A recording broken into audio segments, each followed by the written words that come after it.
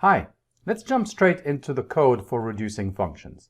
So we're going to start by writing our own reduce function, but we're only going to make it work for sequence types because we need to be able to index, we need to be able to pick up the first element of the iterable. And so we're going to use sequences, but in general, the reduce function that's available in Python can work for any iterable, and we'll take a look at that as well. So let's start, let's say that we have a list. So let's say 5, 8, 6, 10, and 9. And we're going to want to do a few things with this list. We're going to want to essentially map this list to a single value. We're going to want to reduce it to a single value. And that single value might be different. It might be the minimum, the maximum, the sum, the product, things like that. So let's take a look how we might do this. So the first thing I'm going to do is define a function that's going to find the maximum of two values. I could write it using a def statement, but I'm just going to write it using a lambda.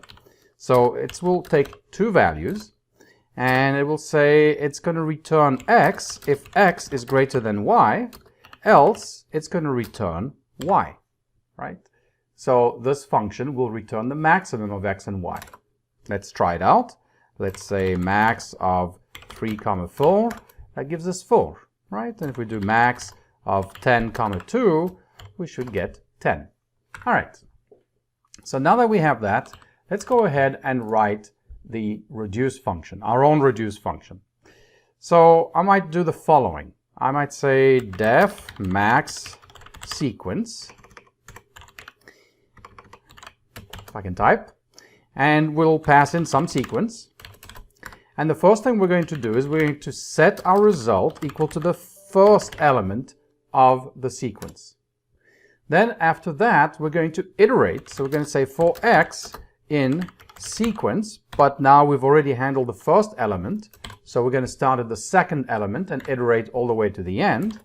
And we're going to repeatedly assign something to result, and we're going to assign the maximum of the previous result with the new value that we're iterating. And then once we're done with that, we're going to return the result.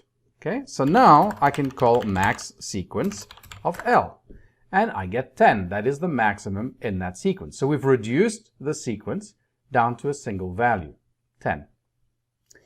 Now, if we wanted to do the minimum, it'd be very simple. All we have to do is to create now a minimum function that's going to take in two values. Let's say a and b this time, and we'll return a if a is less than b, else we'll return b. So you'll notice there was just a slight difference here. Here we return x if x was greater than y. Here we return a if a is less than b. And all we have to do is take this same piece of code. So I'm going to copy paste. And in here, instead of calling max, we're going to call min.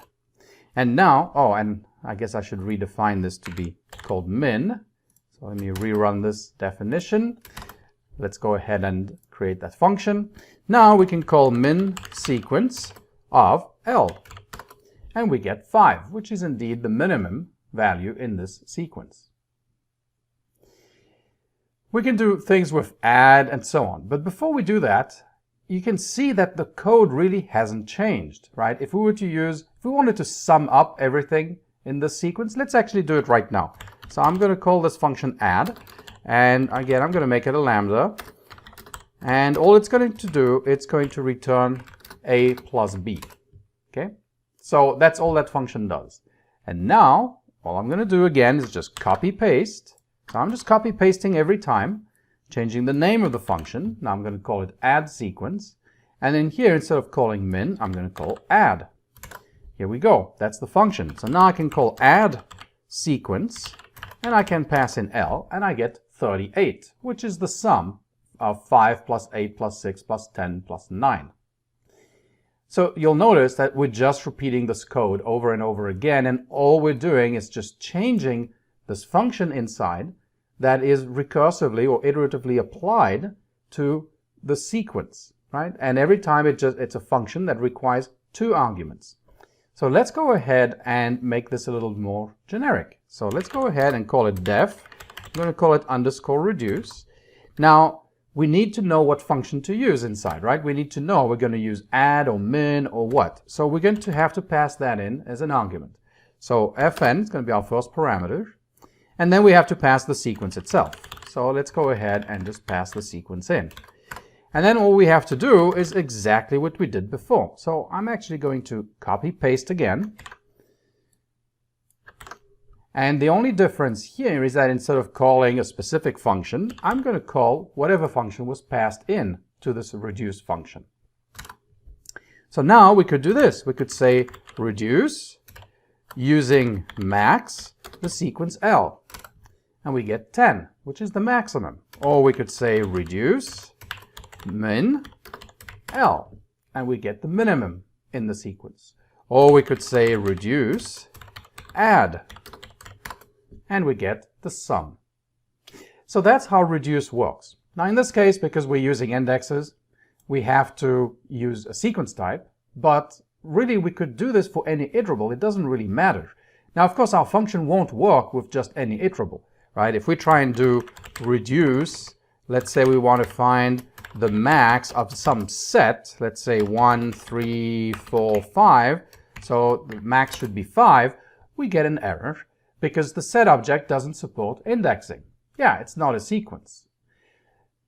Now Python does have that reduce function built in. It's such a common thing to do, and that is in the functools module. So let's go ahead and import reduce, and it's in the functools module. So from functools, import reduce. And now we can use it just like we used our own, except it's going to work for any iterable, not just a sequence type. So let's try it. Let's say we want to reduce, and we'll start with the sequence type that we had, the max. So we want to find the maximum of L, and there we go. We get 10, right? Or we can say reduce underscore add L, and there we go. We have that as well.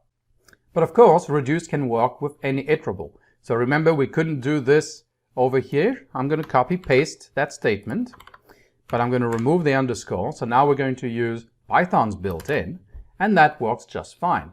That's because Python doesn't use quite the same technique here that we're using with indexing. It does something a little bit different. And when we get to iterables in general, we can look at this example again and see how we might then write our own reduce function that supports any iterable, not just a sequence type.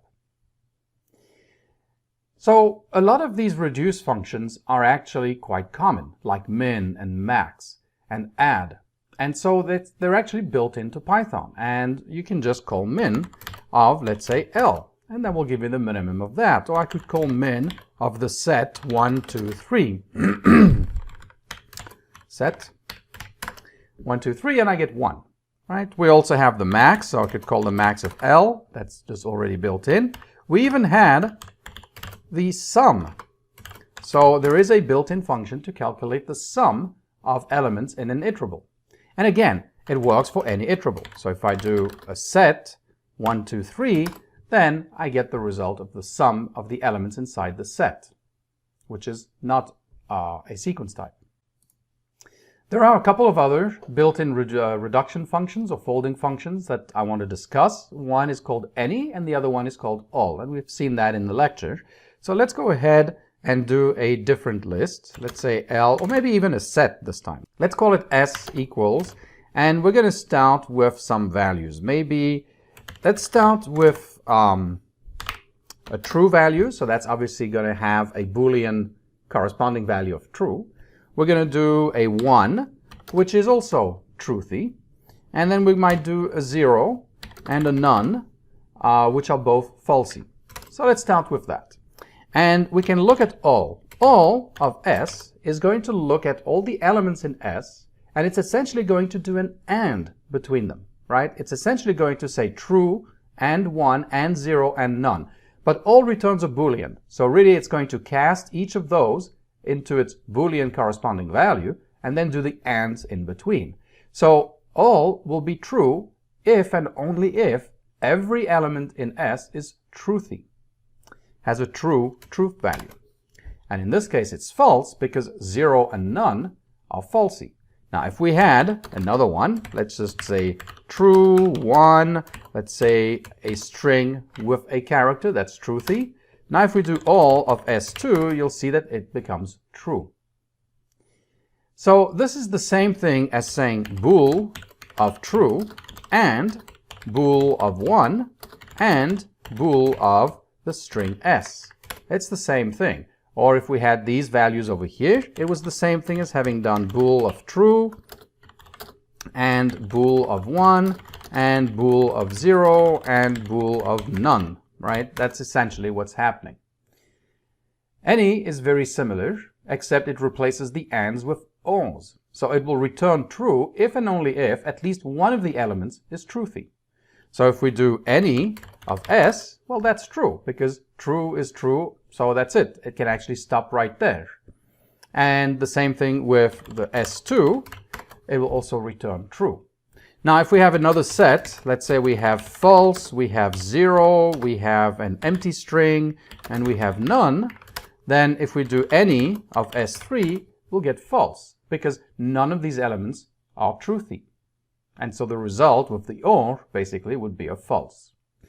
So we can do this, we can write these two reducing functions ourselves, right? If we realize that all we're doing here is doing a bunch of ANDs, right? We're taking each element and then just ANDing them together. So if you think about how we did, let's say, the sum, we were taking each element and ANDing them together. We had a plus. Here we're just casting them to bool and then doing an AND in between. So we could write this ourselves, doing the following. Let's go ahead and define another lambda. And actually, I'm not even going to define the lambda, you don't def a lambda. I'm not even going to define it and assign it to a variable. I'm going to do everything in line. So I'm going to say reduce. And let's say we're going to put our lambda here now. So lambda is going to take two values. It's going to take a and b. And what does it need to do? Well, it needs to look at the truth value of a. And let's say now that we want to do the all. So we're going to say and the truth value of b, right? And we're going to apply that to the set. Let's apply it to s first. Remember what s was? It was true, 1, 0, and none, and the all returned false. So if we do that, we get indeed false. It's done exactly the same thing. Now, we could do also the any. The any is with an or in between, right? We didn't actually write it out, but the any does an or in between the elements. So it would be very simple to write it as lambda a comma b, bool of a or bool of b. And again, we can apply that to, let's do it to s3, which we know should turn out to be false. And indeed, it does so. So that's how the reduction functions work. So some of them are built in, some are not. For example, the product is not built in. If I have a sequence, let's say, let's go back, and I'm just going to copy paste this one again. I'm not going to change its definition. So let's say we want to find the sequence. So in other words, what are we trying to do here? We're trying to calculate 5 times 8 times 6 times 10 times 9. So you'll notice, what are we doing between the elements? We're multiplying them at each step. So let's go ahead and let me write it this way, so at least see that. Okay. So all we need to do is just multiply the elements repeatedly. So what's our reduction function going to be? What are we going to use as our function for our reduce? Well, we're just going to use the product of two values, and that will give us this repeated product.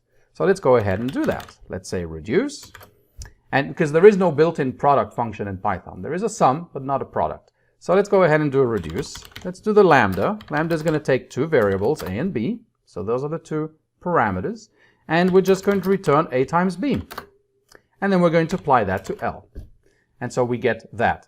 Now, let's say that we have something a little simpler. Let's say 1, 2, 3, 4. And let's go ahead and put in L again. Let's actually define L. And now we get 24, right? So that's 4 times 3 times 2 times 1. Now, what is 4 times 3 times 2 times 1? Well, that's just the factorial function. So 4 factorial is equal to 4 times 3 times 2 times 1. So you can see that we can actually calculate a factorial using a reduction function. We don't have to go and write for loops. We don't have to go and write a recursive method, which we've been doing in the past. Remember, we would write a factorial function that would call itself. You can also do it this way. Now, how would we want to do it? Well, if we want to calculate n factorial, right? So n factorial is going to be n times n minus 1 times n minus 2 all the way down to 1. So I'm going to write it the opposite way. I'm going to write it as 1 times 2 times 3 times ... times n, right? So this is how we want to calculate n factorial. Now, if we do a range, let's say we do a range up to n. So range up to n. Let's say 5, okay? So we actually get a range object. Now, you could try and do this, range 5 at element 0, okay? So we get 0. But range is actually a generator. So we need, if I want to see everything that's in the range, I actually have to convert it maybe to a list. So let's go ahead and do that. So range 0, just range, sorry. And yes, I got to, specify that. There we go. So we get 0, 1, 2, 3, 4. So in order to calculate 5 factorial, there's a couple of things. One is we need to get rid of the 0. We obviously don't want to multiply everything by 0 because we'll always end up with 0 as our result. And we're missing the 5. So that's pretty straightforward. We could say range. We'll start at 1 and we'll end at 5 plus 1. We'll end at 6. Let me write it as 5 plus 1 to make it more clear. And now we get 1, 2, 3, 4, 5. So now I could say, well, a factorial. So let's say the factorial function. And let me start off by just applying reduce this way. So reduce, and what's our function going to be? Well, again, just takes 2 values, and all it's going to be is just the product, right? We're just multiplying. But what are we applying this to? We're going to apply this to the range of 1, 6, right? Or 5 plus 1. And that should give us 5 factorial, which is 120. Now, if you want to check that, you'd have to write your own factorial function or do something.